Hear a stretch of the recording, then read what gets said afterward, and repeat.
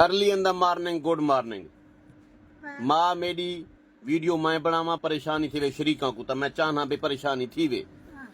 मेरी खुशी की इंतहा नहीं रही जब अम्मा ने आकर कहा कि वो जो कैंसर वाला रोड़ा है वो क्या हो गया है माँ? मट्ठा हो गया है, घट हो गया है।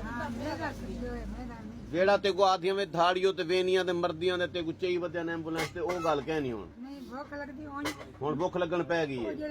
कितने दिन दवाई खादी है? रोटी खावा ना तो मेरे ते करी रुक जांदी ठीक हो वेंदी है। दवाई कितने दिन खादी?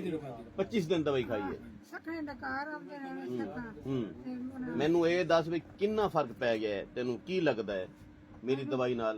मैनू पता है भी अद्धा फर्क रोड़े नु पै गया। ਅੱਧਾ ਫਰਕ ਉਸ ਰੋੜੇ ਨੂੰ ਜਿਹੜਾ ਪੇਟ 'ਚ ਸੀ ਕੈਂਸਰ ਉਹਨੂੰ ਅੱਧਾ ਫਰਕ ਪੈ ਗਿਆ। पै गया मेरा बड़ा ये लफ्ज सुनने के बाद मेरा खून एक मन बढ़ गया है।